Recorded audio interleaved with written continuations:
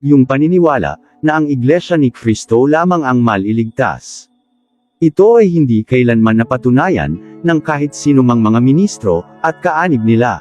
Unang-una, dahil mali ang pangangaral ng kanilang mga ministro na may kinalaman sa pangalan ng tunay na iglesia. Ang tinutukoy nilang maliligtas ay yung iglesia na nasa Biblia.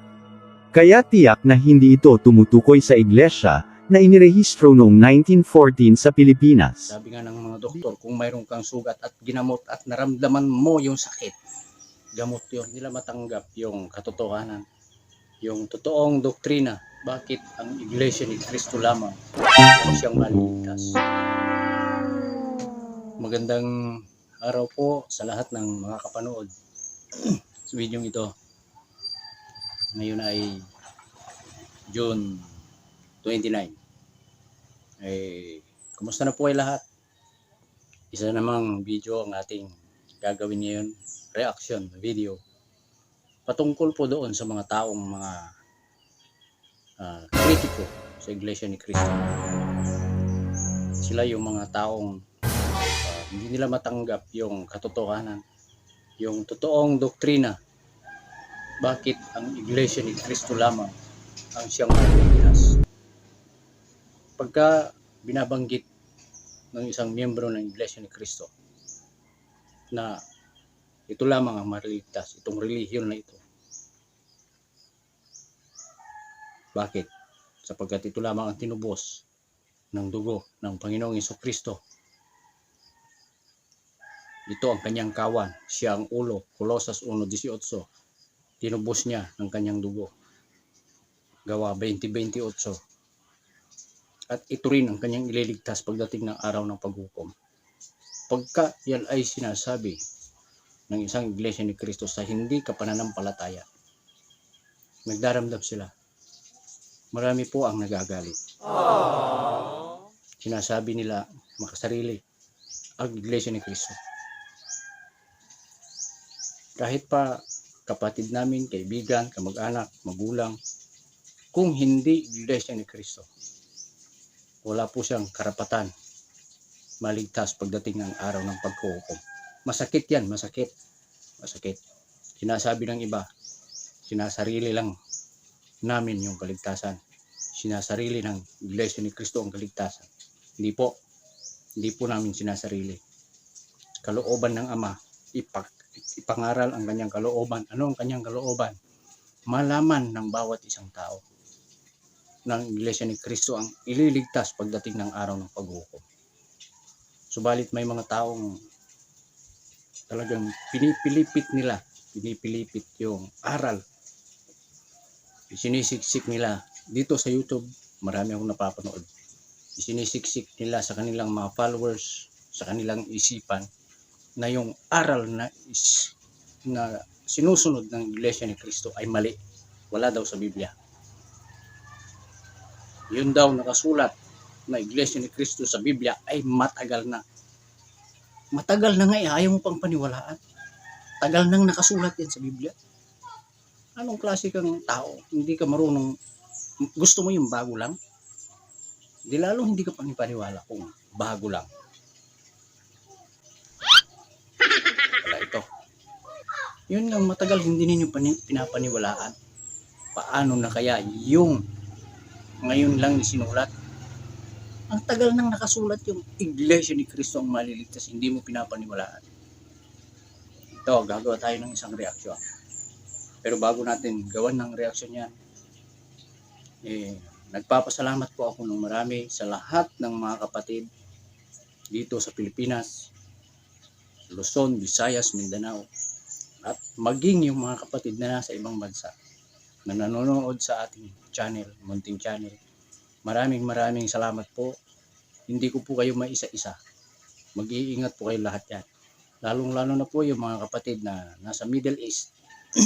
Ngayon ay talagang mayroong malaking problema sa Middle East. Alam natin, balitang-balita. Kaya mag-iingat po kayo lahat dyan mga kapatid. Kung kinakailangang lumikas na kayo, lalo na po yung mga nasa Middle East, lumikas na lang po kayo para hindi po kayo mapahamak, para sa inyong kaligtasan, para makapagpatuloy pa rin kayo sa mga pagsamba sa ating Panginoong Diyos. Hindi ko po maisa-isa, inuulit ko po lahat ng mga nasa ibang bansa ng mga kapatid na nanonood sa akin. Sa Amerika, sa Netherlands, mayroong mga ilan-ilan. Sa gitnang silangan, Middle East. Inuulit ko po, maraming salamat. Lalong-lalo na po yung mga nasa Pilipinas na mga kapatid. Tutuloy po natin yung ginagawa nating reaction video patungkol doon sa nagsalita na di umano ang Iglesia ni Cristo ay sinasarili yung kaligtasan.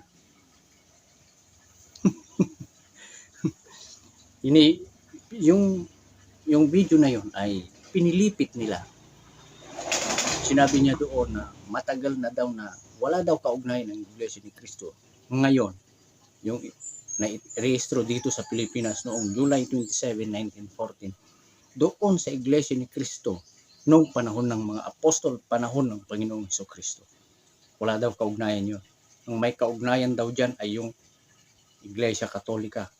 Alam naman natin na yung Iglesia Katolika, wala naman sa Biblia yan. Yung daming aral yan na binaliktad, binago.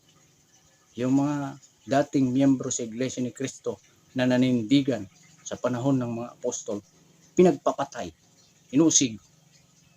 Kung pag-aaralan yung mga history, Christian history, talagang katakot-takot yung hirap na dinanas ng mga nanindigan sa Iglesia ni Cristo. Yung mga natakot, yun na yung mga nakuha nila, nadala nila sa kanilang relihiyon. Binago nila yung mga aral. Ito, panoorin po natin isang video reaction ang ating gagawin. Sana po ay suriin ninyo yung mayroong mga nakakapanood dito na hindi po miyembro sa Iglesia ni Cristo. Hindi po namin sinasarili. Masakit pong sabihin, Iglesia ni Cristo ang maliligtas.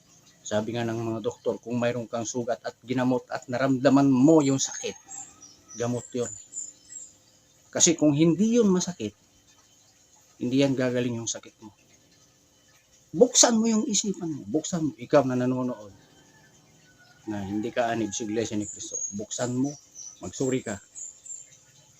Kung pwede kang pumunta sa mga kapilya, sa mga kapatid na kakilala mo, magtanong, bakit ganito ang Iglesia ni Cristo? Bakit ang daming umaanib? Bakit naglilingap halos linggo-linggo? Bakit may mga gawain araw-araw sa kapilya? Tapos sasabihin ng iba, sinasarili yung kaligtasan. Hindi po. Ito, panoorin po natin yung reaction. Yung video na gagawa natin ng reaction. Nakasulat po ba sa Biblia ang mga taong tiyak na maliligtas sa araw ng pag-ukom? Ito at sa balay!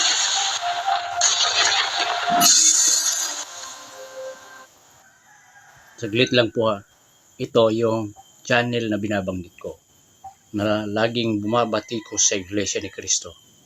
Pilit niyang pinapaniwala yung kanyang mga subscriber na mali yung itinuturo ng Iglesia ni Cristo. Yan ang pamagat ng kanyang channel. Kwento at babala. Bueno, ituloy po natin ang paggawa ng reaksyon. Tiyak na madalas na nating narinig mula sa mga debate at pamamahayag, o sa social media, at maging sa mga kakilala nating mga kaanib ng simbahang Iglesia ni Cristo, ang kanilang pananalita na maliban sa simbahang Iglesia ni Cristo, ay walang kaligtasan. At hindi na bago para sa ating pandinig, ang ganyang pangangaral. Lalo na dito sa bansang Pilipinas. Sa dahilan na hindi naman ginawang sekreto yung aral ng Iglesia ni Cristo, patungkol sa kanilang paniniwala. Totoo po yan. Hindi po yon lihim kanino man. Lahat po ng aral sa Iglesia ni Cristo ay pinapahayag. Hindi po inililingid. Hindi po inililihim. Madalas nagsasagawa nga ng mga pamamahayag sa mga public places para malaman ng mga tao yung tunay na aral sa loob ng Iglesia ni Cristo. Tuloy po natin. Sa kaligtasan. Subalit, gaano po ba katotoo ang kanilang paniniwala na sila lamang ang maliligtas? Ang pangangaral ba na ito ay nagmula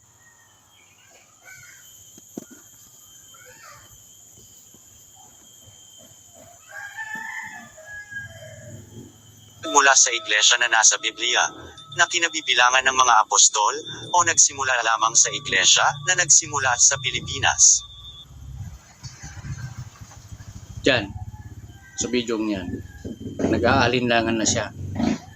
Tinatanong niya, totoo kaya yung sinasabi ng Iglesia ni Cristo ngayon, na itong Iglesia ni Cristo ngayon na may kaugnayan doon sa unang Iglesia ni Cristo sa panahon ng mga apostol, panahon ng Panginoong Hesukristo, o di umano, hindi kaya ay gawa-gawa lamang ng kapatid na Felix Manalo daw.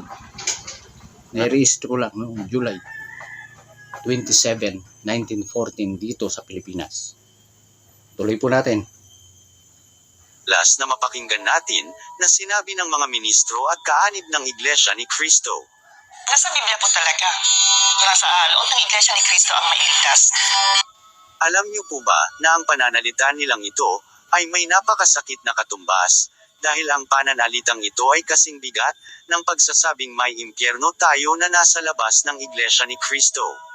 Sa oras na maririnig natin ang pahayag nilang ito, yan ay parang narinig na rin natin ang kanilang paghuhusga, na tayo ay hindi makakapasok sa kaharian ng Diyos kundi sila lang. Ayun, ayaw nilang tanggapin na kapag ka wala sa Iglesia ni Cristo, ay talagang walang karapatang kaligtasan. Pinipilit ng vlogger na yan sa kanyang mga followers, kanyang mga subscriber, na mali yung aral na yon, Iglesia ni Cristo. Sinasabi niya sa kanyang video na yan, na yung nakasulat na Iglesia ni Cristo sa Biblia, matagal na daw yon. Panahon pa daw ng mga apostol, panahon pa daw ng Panginoong Hesukristo. Wala daw kaugnayan ng Iglesia ni Cristo ngayon o itong naitatag noong July 27, 1914 noong kapatid na Felix Manalo. Sinasabi niya, Iglesia ni Cristo, itinatag lang daw. Anong itinatag? Si kapatid na Felix Manalo ang nagparehistro. Alangan namang bababa pa Panginoong Hesukristo di Pilipinas sa panahong iyon. Imposible, napaka-imposible. Ano ba namang isipan yan? Anong klase kang isipan? Meron ka, ikaw na vlogger, hiwaga ng babala at kwento. Mayroon ka pang babala ng lalaman. Isipin mo naman, common sense ba? Gusto mo lalapit ang Panginoong Kristo bababa? Sinabi niya ng Panginoong Kristo, mayroon akong ibang mga tupa na hindi sa kulungan ito. Sila ay nasa malayo, kailangang dalhin ko at kanilang diringgin ang aking tinig. Sa pamamagitan ng mga hula, punong-puno ng hula mula Isaias, punong-puno ng hula, bat-bat ng hula ang Iglesia ni Kristong ito. Ito may kaugnayan sa Iglesia ni Kristong itinayo ng Panginoong Hesukristo. Para maliwanagan po tayo, ituloy natin kung totoo ba yung mga pinagsasabi nito. Dahil wala itong pinagkaiba sa salitang hindi tayo maliligtas. Pag sinabi ng isang Iglesia ni Cristo na sila lamang ang magmamana sa kaligtasan, kasing bigat nito, yung pananalitang ikaw, hanggang sa kawapungapuhan mo, kung hindi ka maging Iglesia ni Cristo, ay mapupunta sa impyerno. Nangangahulugan ito na kahit kaibigan ka pa ng isang kaanib ng Iglesia ni Cristo, o katrabaho, o kung kahit ano ka man sa buhay nila, kahit magulang ka pa o kapatid. Basta ang relihiyon mo ay hindi Iglesia ni Cristo, may impyerno ka. Medyo mabigat yung ganitong pananalita. Ito po yung binabanggit ko na kahit pa kamag-anak, kaibigan, nanay, magulang, kapatid, kung wala ka sa Iglesia ni Cristo, wala kang karapatan magtamo ng kaligtasan. Halimbawa, dumating ngayon Panginoong Hesukristo sa kanyang pangalawang pagparito para kunin ang kanyang ililigtas. Wala ang iyong mga kamag-anak, kaibigan, kapatid, o sino man. Wala kang karapatan. Masakit tanggapin. Yun ang katotohanan. Kaya nga, pinapahayag namin sa mga pamamahayag, sa mga pagsamba.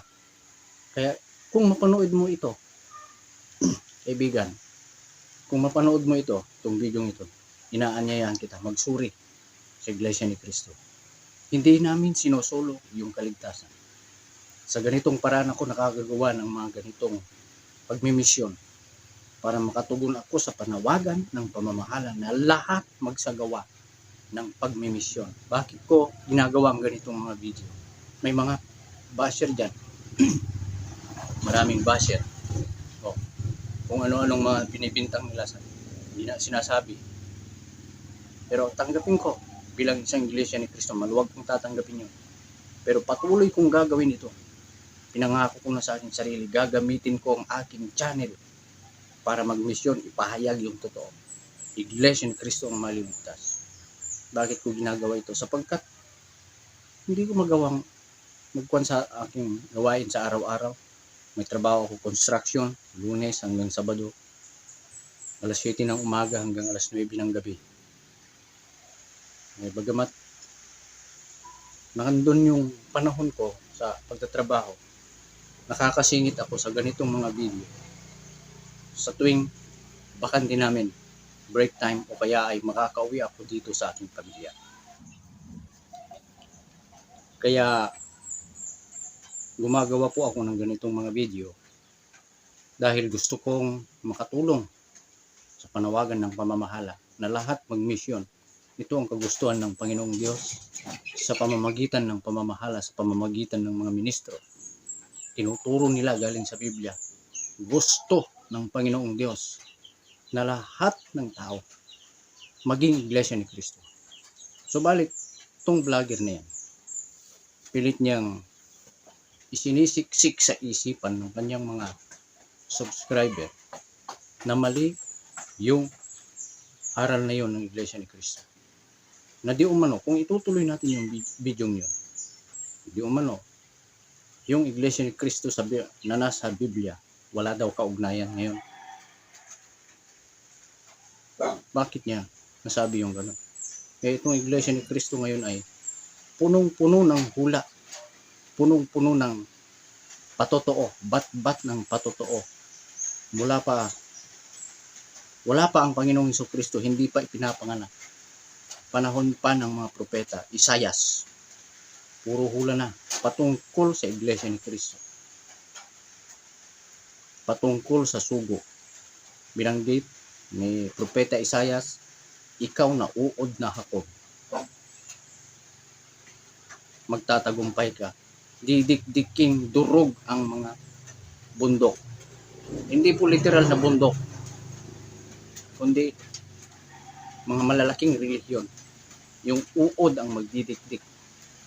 Sino yung uod na yun? Yun ang kinatuparan ng hula. Kapatid na Felix Manalo. Bakit uod? Pinandidirihan. Maliit. Walang lakas. Hindi yun literal na uod. Yung binabanggit doon na uod na Jacob. Tumutukoy yun sa sugo. Yung kasaysayan ni Apostol Pablo, wala pa siya. Nahulaan na siya. Magkakaroon ng ilaw sa mga hintil. Natupad yun sa kanya. Apostol Pablo. Nung panahon ng kapatid na Felix Manalo, magmumula sa malayong silangan, isang anghel na aakyat mula sa sikatan ng araw. Saan ba yung sikatan ng araw? Silangan. Itong Pilipinas, nasa silangan. Mayroong Middle East, Near East, Far East.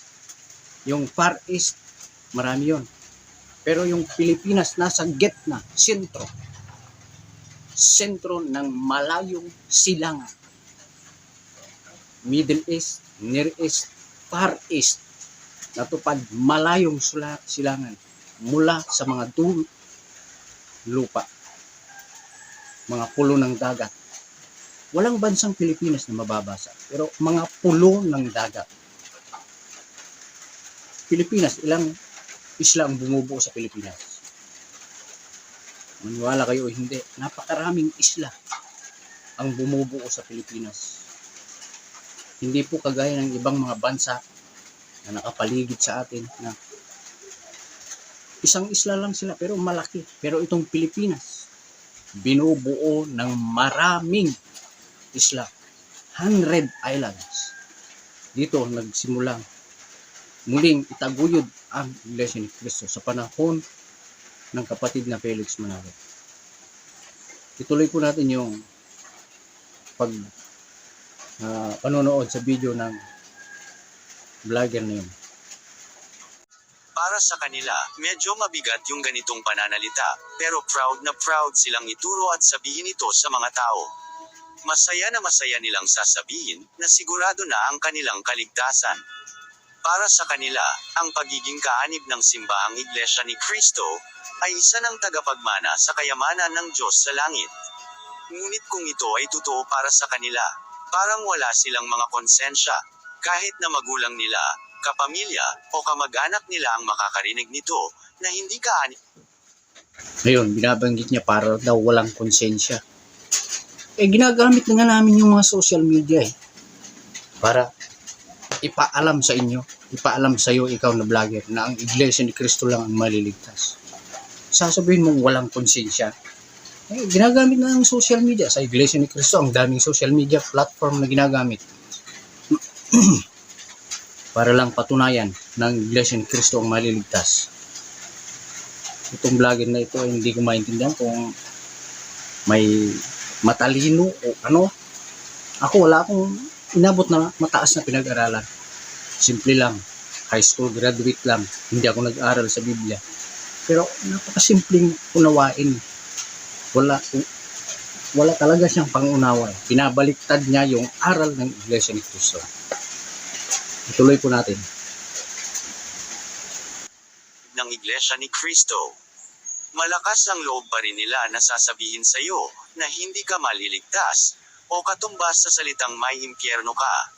Malibang na lang kung nasa Iglesia ni Cristo ka.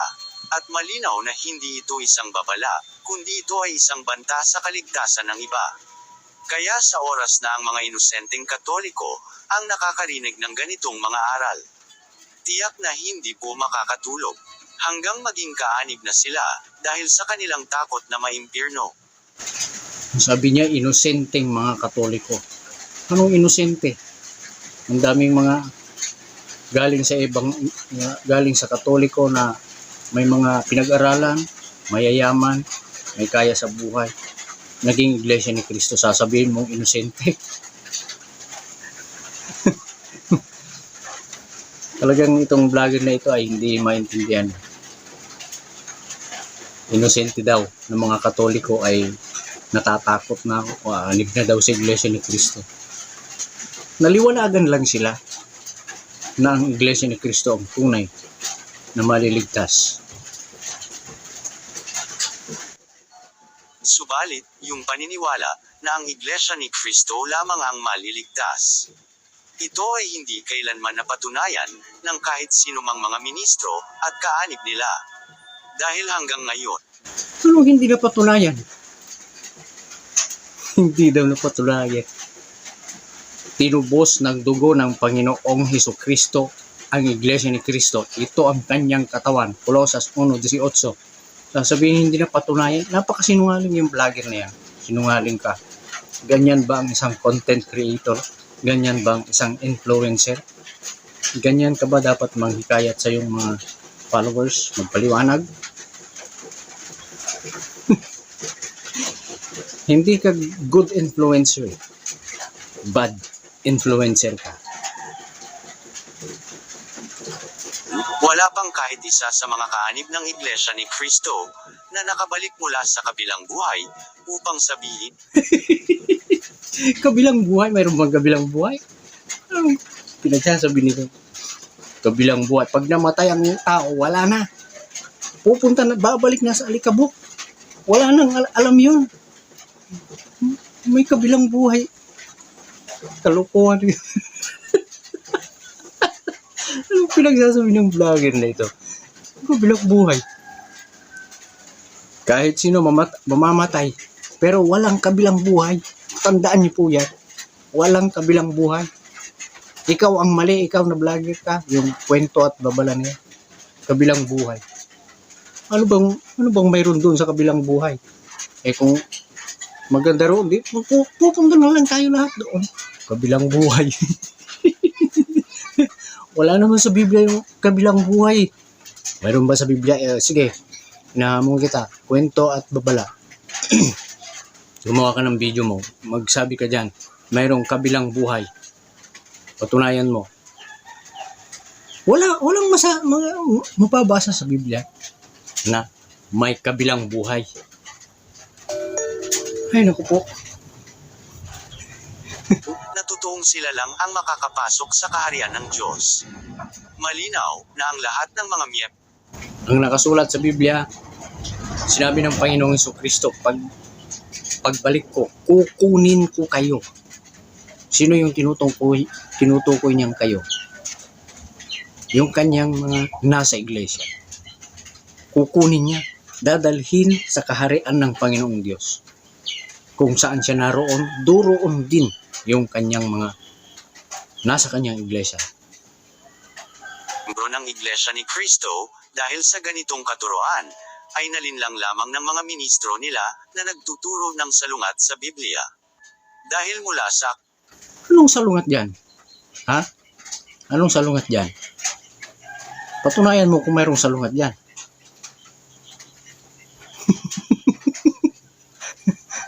Wala namang salungat. Nilinlang daw ng mga ministro ang mga miyembro. Salungat daw sa Biblia. aklat ng Genesis hanggang sa aklat ng Pahayag, wala tayong mababasa na ang Iglesia ni Cristo lang ang nagmamayari ng kaharian ng Diyos. Pinanggit niya, mula Genesis daw hanggang Apokalipsis. Wala daw mababasa. Nako! Ay, naku po. Napakalaking kalokohan. Sinungaling na vlogger. Mula daw Genesis hanggang Apokalipsis. Wala daw mababasa na Iglesia ni Cristo ang maliligtas. Tuloy nga natin. Ang kanyang kaharian ay para din sa mga taong nasa labas ng kanyang iglesia. Sorry to offend dun sa mga iglesia ni Cristo, pero meron kasi kung nababasa sa Biblia, sa labas ng iglesia, Diyos ang humahatol. Yun, gumamit pa siya ng vlogger. Ibang vlogger. Yan, napanood ko rin yan. Yung mga nasa labas ng iglesia, Diyos ang hahatol. Sandali ha. Paliwanag natin yan. Sa abot ng aking makakaya. Gumamit siya ng ibang mga video. Vlogger. Napanood ko yung video niyo. Napanood ko yun. Hindi lang ako gumawa ng reaction doon. Ang sabi doon ay, yung mga nasa labas ng iglesia, ibig sabihin, wala sa iglesia ni Cristo, Diyos ang hahatol. Ang Panginoong Diyos na ang hahatol sa mga nasa labas. Kasi, yung iglesia, pag-aari ng Panginoong Jesucristo. Ang Panginoong Jesucristo, pag-aari ng Panginoong Diyos. Kaya, yung wala sa iglesia, hahatulan ng Panginoong Diyos. Ang hatol, kaparusahan, kamatayan, sa dagat-dagatang apoy. Tapos, kung itutuloy natin yung video niyon, yung mga nasa loob ng iglesia, hahatulan din. Hahatulan din. Tutuloy natin. Totoo po yan. Hinahatulan din. Yung mga nasa loob ng iglesia ni Cristo. Yung bawat miyembro. Unang-una po, may pagtitiwalag. Marami nang itiniwalag. Yung mga lumaban, hinatulan.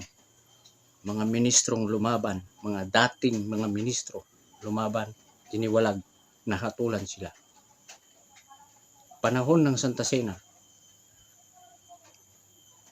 may mga nahahatulan. Inihahayag, yung mga nakagawa ng kasalanan na sila lang ang nakakaalam na labag sa doktrina. Yung sarili lang nila at Panginoong Diyos ang nakakaalam. Hindi alam ng ministro, hindi alam ng mga kapatid, ng mga miyembro. Pagkatapos ng Santa Cena, wala na. Nanlalamig, nagiging madalang ng sumamba hanggang hindi na sumasamba. nahatulan na hanggang matiwalag. Marami na akong nakasamang mga ganyan. Oh. Yun, paghahatol din. May paghahatol din sa loob ng Iglesia ni Cristo. Hindi po namin itinatanggihan. Maging yung mga ministro, yung mga dating mga ministro, marami na napabalita nga. Sa social media pa nga eh. May mga ministrong natiwalag, gumawa ng kalokohan, gumawa ng paglaban sa pamamahala, hindi nagpasakop, tiwalag, nahatulan. O. Kapag ka naalis na sila sa iglesia, Diyos na ang bahala sa kanila. Nasa labas na sila ng iglesia ni Cristo. Hindi na sila pakialaman ng iglesia ni Cristo. Diyos na ang bahala pagdating ng araw ng paghuhukom. Kaya yung video yun, yung babala at kwento, isang panlilin lang. Pinipilipit niya yung doktrina ng iglesia ni Cristo. Isinisiksik niya sa isipan ng kanyang mga subscriber na mali yung aral ng iglesia ni Cristo. Pagpasensyahan nyo na po, pero siya ang mali. Yung video niya yun. Ginagawa niya ng maling interpretasyon yung mga doktrina sa iglesia ni Cristo. Dito po namin kayo inaakay. Dito po namin kayo inaanyayahan. Na magsuri kayo. Bakit ang iglesia ni Cristo lumalago? Bakit ang iglesia ni Cristo nagtatagumpay? Bakit nagkakaisa? Sa kabila ng ang daming pag-uusig. Yung ibang relihiyon dyan, hindi pinapansin. Bakit iglesia ni Cristo lang ang nag-uusapan? Sinasabi, kulto. Ba't yung ibang relihiyon, hindi nila sinasabing kulto? Samantalang liwaliwanag naman, hindi naman kulto ang iglesia ni Cristo. Ay, naku po. Sana po ay naliwanagan kayo. Maraming salamat po sa patuloy po ninyong pagsubaybay sa aking munting channel. Maraming salamat. Mag-iingat po tayo lahat.